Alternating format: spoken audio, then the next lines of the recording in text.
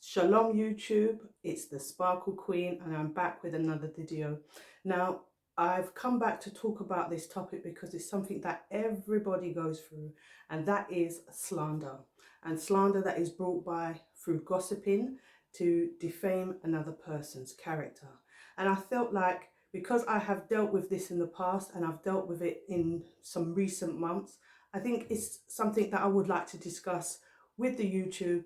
So it supports people that deals with gossiping or slander, whether it's in the workplace, whether it's in a relationship setting amongst, man and woman or female friends, or just general from your neighborhood. So the first thing I want you to understand is you cannot change what people want to believe. If someone is going to talk about you, they're going to talk about you, and there's no stopping them regardless. And who they decide to talk to you about is all depends on the person's maturity, whether they take that information and run with it, or if they have a second opinion and want to get to know you personally. Normally slander can become escalated when the person may know the other person better than you know the other person, and they will then gravitate towards their friends, because if their friend is saying something about you, then they'll take it as gospel. It is not a nice situation to be in for anybody.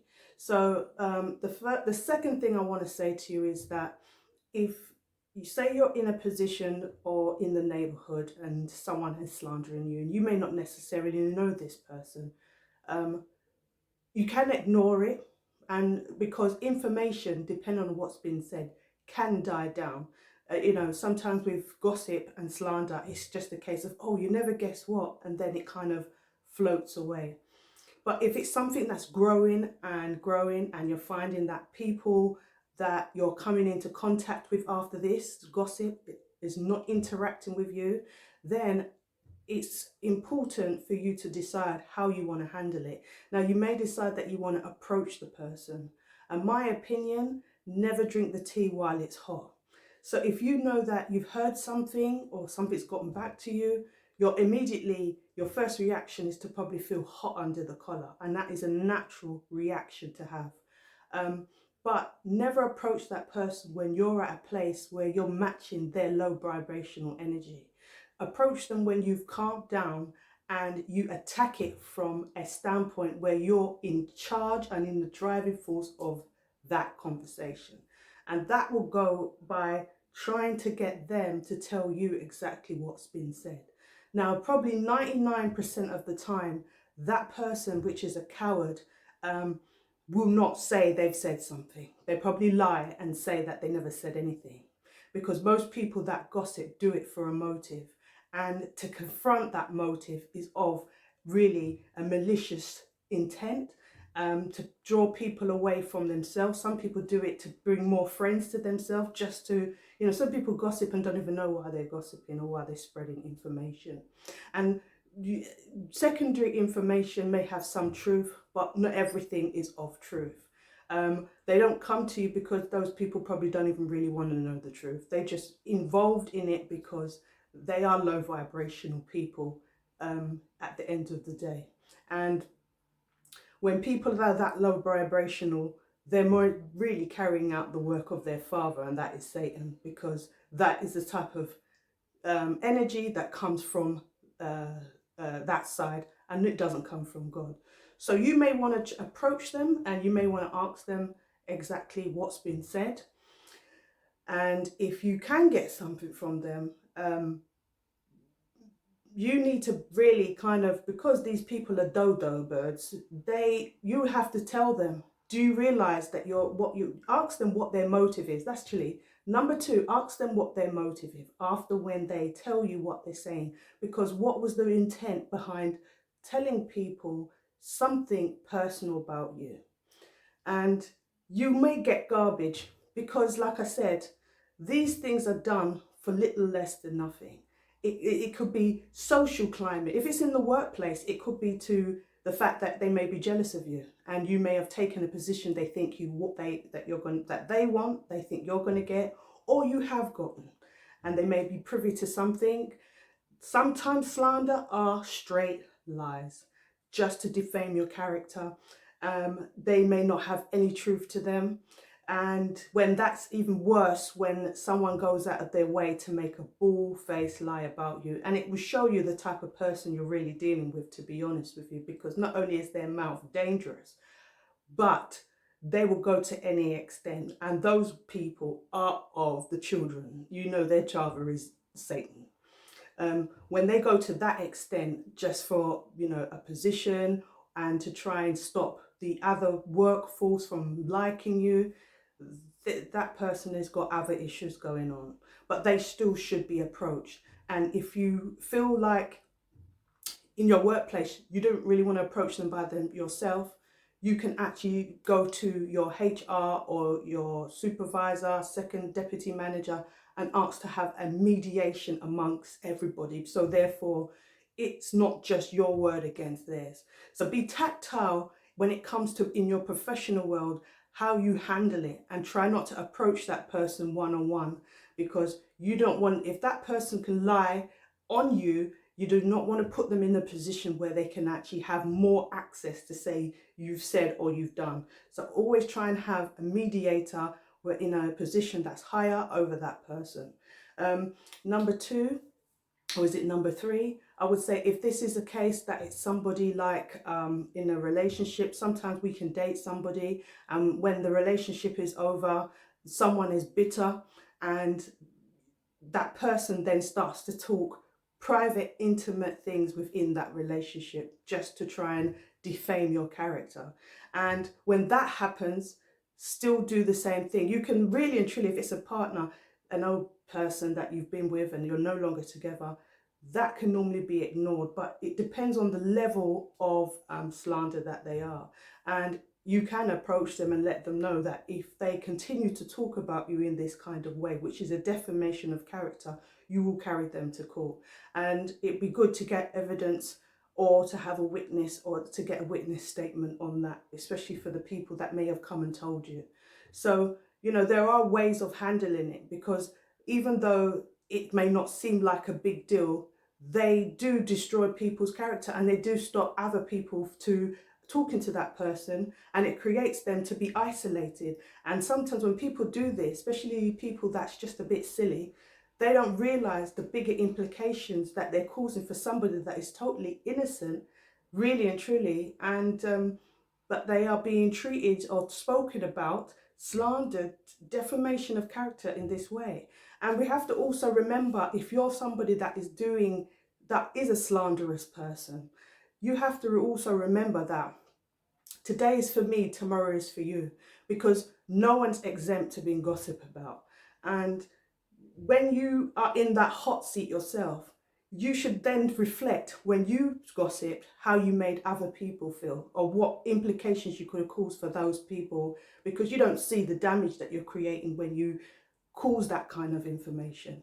But ultimately, if it's someone that you don't have to talk to, you do not have to interact with, then I would say really cut them off. Do not keep them in your circle at all. And if it's somebody that's a friend through a friend, so you speak to someone and they speak to that same person, then try to limit what you say to the closest attachment to that person about yourself. And that's important to really and truly, is to not tell everybody your business, to be honest with you. I was told a very long time ago, not everybody needs to know everything. I would suggest the same to anybody that may be a bit more privy to letting. Sorry, I cut out then. So I would say that to anybody that is more, their mouth's more like diarrhea of the mouth, where you talk most of your business. It's nothing wrong being open. There's nothing wrong with allowing people to feel like they're getting to know you. But if everything you're doing from A to Z is in the streets, then obviously you can't really blame when, knowing that there's people that are nasty out there, that are very gossipy. If your information is out there, then you can't really blame when many people know private information about you. But ultimately, I would say to you that, anybody that's dealing with this, I'll apologize and for you, because it's not a nice thing. I've actually experienced it myself.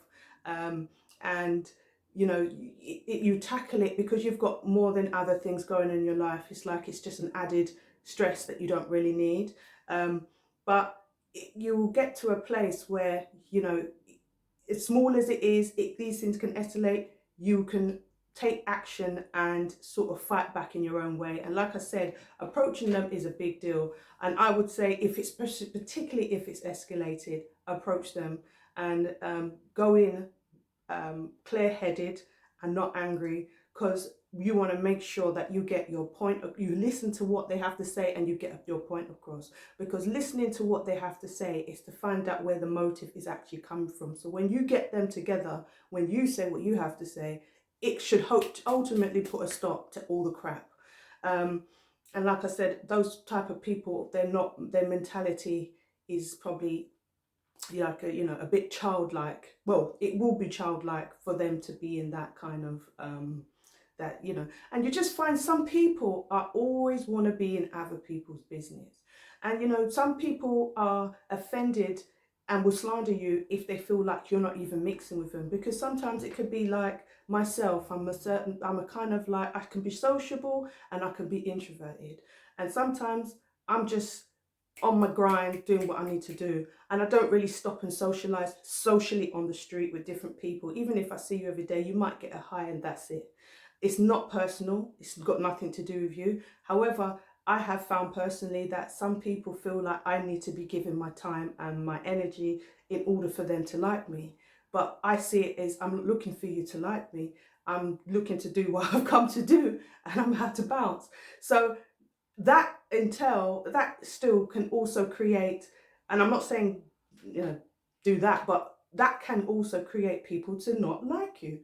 And I'm cool with that, because most people ain't loyal anyway. So I'm not the kind of person that walks around for likes. My who I seek is Yeshua, and once I have him, I feel whole, and I don't feel like I need to go outside of that bracket. If it's a mutual, healthy give and take with somebody, and that's what I gravitate towards, healthy individuals that don't need me to, like, how do I put this? Some people have friends relating to what you can do for them, or they want to be your friend if they feel like you've got something that they want, or they feel maybe inspired by you, or even if they're jealous of you, they still may want to be your friend, even though they have jealousy, just to know how you've obtained what you've attained, how you've accomplished what you've accomplished. But they secretly don't like you. It's coming from a place of jealousy. And those are the reasons why people go back and slander, because they want you to act like them to accept you. And if you don't act like them for them to accept you, then they have a problem. And with myself, and there's many people like me, we just come how we come. We accept people for how they are, and if they're for me, they're for me, and if they're not they're not. You will not find me then sort of homing in on that person, watching what they're doing, just creating these internal emotional feelings, and really kind of escalating something out of nothing and becoming obsessed over another individual. And we have to remember, there are people out here like that as well. I have neighbors that are like that. They are very obsessed individuals. They actually watch where I go. From the time I leave my house, they are watching me. They are just purely obsessed, to be honest with you. And that is the moment you approach someone and you say something. But we can't help how people have been brought up. We do not know their background. We don't understand why they've come to be the way that they are. And the way they are is very unhealthy. But your best bet is to approach. That's all you need to do. Approach and see whether you can flatline it. But remember, when people don't approach you and they have an issue with you, they are jealous of you, and because they want to create animosity and keep animosity. They want to create that slander. They want to create that distance. They want to keep it so there is never any even kill between you, because the truth is there is something within them that you may possess and they want. And you can't, those people, they need therapy. They probably need God, they need therapy, they need a bloody well balanced diet, they need many, many things. And a strong talking to, because some people, no matter what age they are still childlike. You can get 50, 60, 70-year-old people that have never really emotionally transitioned in the same years that they're aging. And that is where you get people that actually create animosity for other people. They're obsessed with other people. They're jealous of other people because they are not transitioning in life. You know, and until I came into the word and I was shown by Yeshua the difference when it comes to wisdom, I realized I can talk to a 50, 60-year-old and realize that they're still childlike or stuck in time somewhere in their life. Also, I don't say it to them, but I see what I see. I can see it within them that they have not actually grown up somewhere mentally in their mind.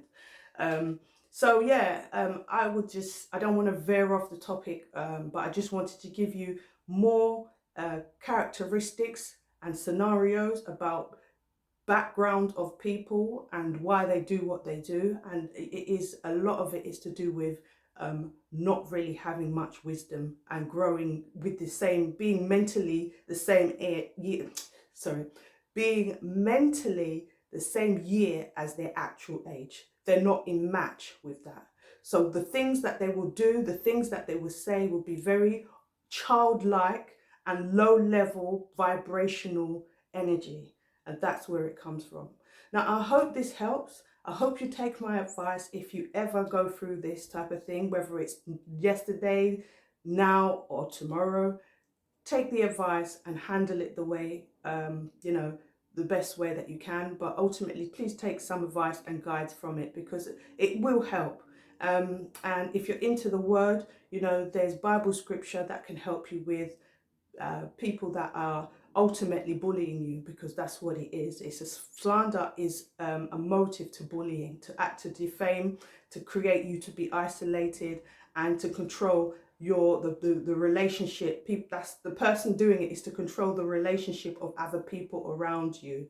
And normally what I have found is when people, and I'll just say this before I go, what I have found in my own experience, that when people defame you, they are using you as their sacrifice to take the eyes off themselves, because there's normally something secret and dark about themselves that they're trying to hide, and they do not want other people finding out. So they use you as their sacrifice to take you off, to take those eyes off course of themselves. So everybody can focus on you when you're around. And sometimes that is their motive, because in my experience, I have found out that was one of the reasons why somebody around me gossiped, because they were doing something themselves that they did not want the people around us to find out. So they try to use me as their sacrifice. It can get, trust me, it can be little as this or big as this, but hey, take the advice and I hope it works. So until next time, I'm out. Shalom, brothers and sisters, peace.